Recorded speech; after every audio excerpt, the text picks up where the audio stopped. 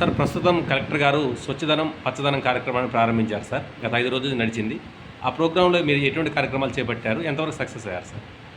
నేను పెనుబాక మండలం స్పెషల్ ఆఫీసర్గా ఉన్నానండి.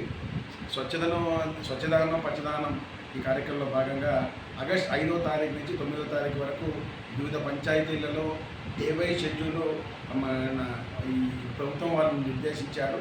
ప్రతి పంచాయతీ వాళ్ళకి టార్గెట్స్ ఇచ్చి మన స్కూల్ ప్రిన్సెస్లో పిచ్చి మొక్కల్ని తొలగించడం, ఈ ప్రభుత్వ కార్యాలయాల్లో అవన్నీ క్లీన్ చేసుకోవడం, ముఖ్యంగా తర్వాత వాటర్ హార్వెస్టింగ్ స్ట్రక్చర్స్ ఒకటి నిర్మాణం చేపట్టడం, తర్వాత మొక్కలు నాటే కార్యక్రమం ఒకటి, తర్వాత ఇట్లనే ఇవన్నీ చేసుకుంటూ వస్తున్నాం. క్లోరినేషన్ ఒకటి, ఎక్కడైతే వాటర్ ట్యాంక్స్ ఉన్నాయో వాటిలో క్లోరిన్ లెవెల్స్ చెక్ చేయడం, క్లోరినేషన్ మీద ఉన్నటువంటి జనానికి అవగాహన కల్పించడం.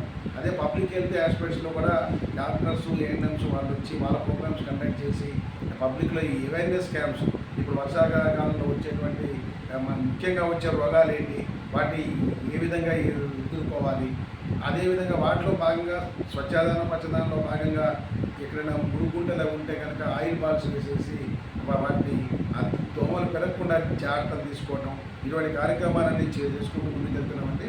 ఇప్పుడు ఈరోజు ఫైనల్గా వచ్చేసి ఈ మల్లారం పంచాయతీలోకి వెళ్ళి స్కూల్లో ఇప్పుడు మెడిసినల్ ప్లాంట్స్ కూడా టేకప్ చేస్తే బాగుంటుందని చెప్పి కలెక్టర్ గారు మాకు ఆదేశాలు ఇచ్చారు.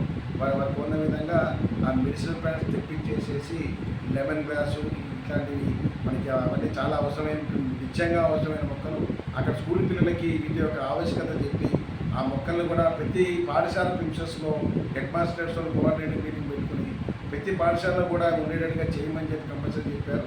అట్లనే కూడా ప్రతి హాస్టల్స్లో కూడా అవసరమైనటువంటి కరివేపాకు, ములగ, చింత అట్లాంటివంటి మొక్కలు రెగ్యులర్గా మనకు అవసరం పడతాయి కాబట్టి అవి కూడా వేస్తే బాగుంటుందన్నారు. వాటికి తెచ్చే మొక్కల్లో వాటికి ప్రయారిటైజ్ చేసి మనం ఈ విధంగా ప్రతి స్కూల్ క్యాంపస్లో కూడా వేసుకుంటూ వెళ్ళామండి. అయితే ఈ ముఖ్యంగా డ్రైన్స్ కూడా చాలా చోట్ల క్లీన్ చేసాం. వాటర్ 3-4 రోజులు వర్షాలు ఉండటం వల్ల కొన్ని చోట్ల కొద్దిగా స్లో అయింది. అవి కూడా ఇంకా 1 or 2 డేస్లో వచ్చే ప్రోగ్రాంలో అవన్నీ క్లియర్ చేసి ఒక పరిశుభ్రమైనటువంటి పెనుబాక మండలంగా తీర్చిదిద్దాలన్నది మా ఆకాంక్ష. జై హింద్. Thank you sir.